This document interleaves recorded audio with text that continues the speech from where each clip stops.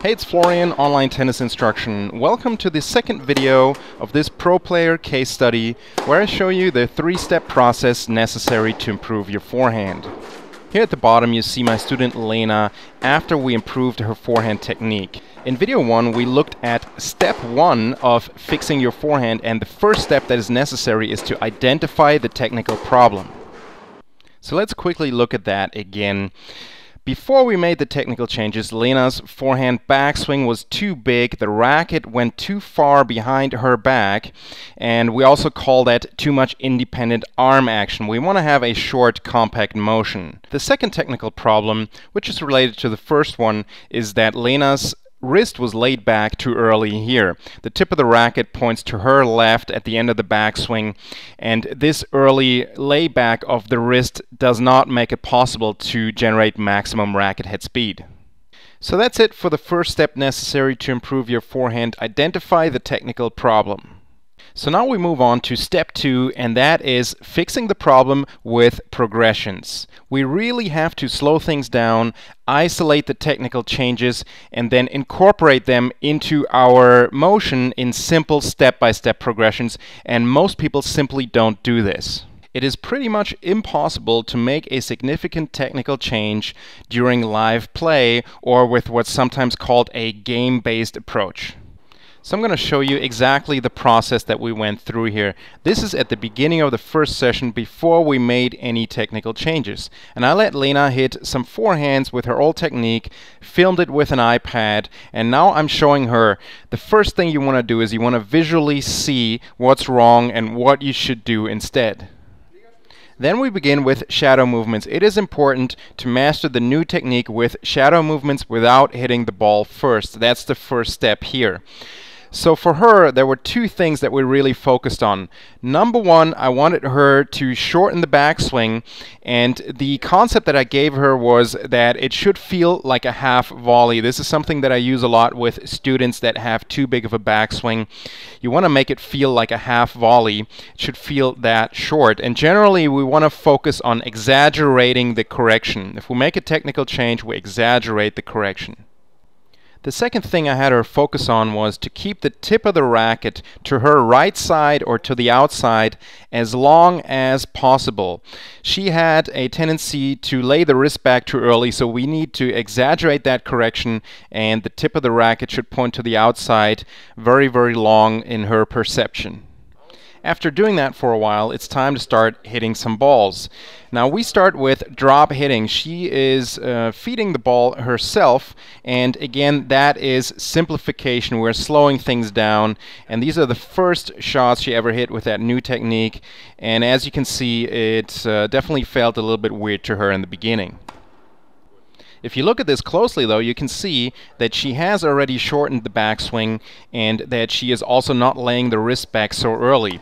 So she is already executing the new technique properly here at the beginning, and that only happens when you slow things down this much.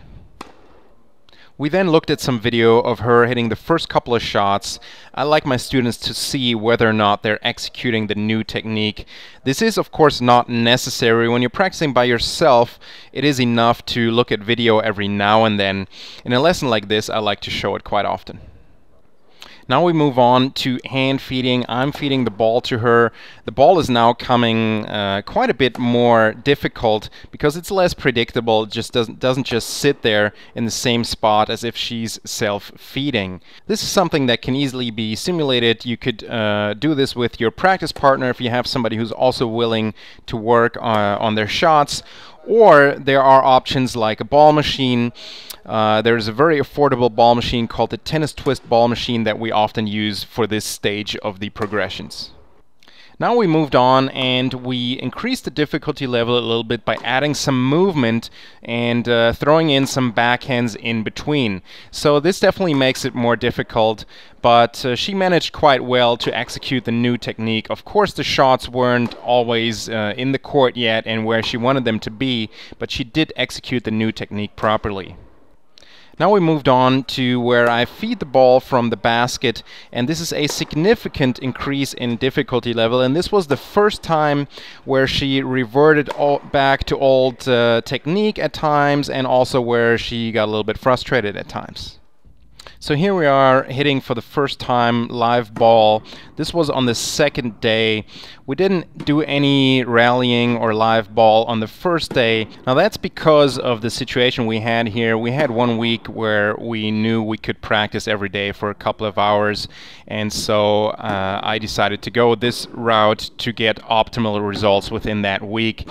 If I have a 1 or 2 hour lesson with somebody, then obviously we get to the point of rallying much quicker, but then I will also not change as much on the technical side as we did here usually. If you look at this closely, you'll see that technically it's going quite well. She's keeping that backswing short, she's keeping the tip of the racket to the outside longer for the most part. She is of course missing shots, but the reason this is going quite well in the beginning is because the speed is so slow for her standards. She's used to playing at a much higher speed, and that's what we want to do. We want to slow the speed down significantly. Most players are not willing to do that to make these kinds of technical changes. At this point it still requires a lot of conscious effort for her to execute the new technique. If she doesn't think about it for one shot, she'll go right back to her old technique. And of course the end goal is to have what we call unconscious competency, so that the new technique is executed automatically without even thinking about it, but that takes time. So here she is, maybe on the 4th or 5th day, hitting with another player, and now this is at a higher speed. We've increased the speed, and that also of course increases the difficulty level for her. As you can see, they're still hitting down the middle at this point, so the situation is still very controlled. There is not a lot of movement involved. She does have to hit some backhands every now and then, so we're gradually increasing the difficulty level. Here she is hitting from the backhand corner now, trying to hit some forehands from the backhand corner, which is a little bit of a different kind of shot and definitely more difficult for her. As we can see here, shots are still a little bit too flat, and at times she definitely does revert to old technical habits like she did on this shot.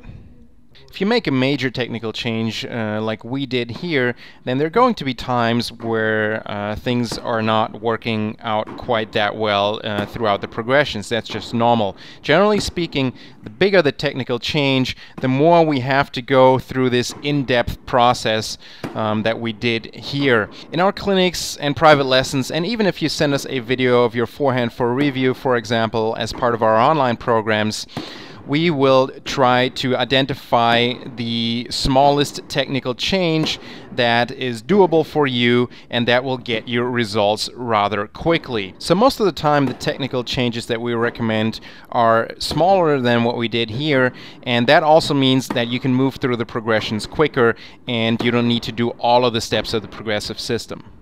So here she is playing points for the first time with the serve against an opponent that is approximately at her level, so this is at full speed. Good.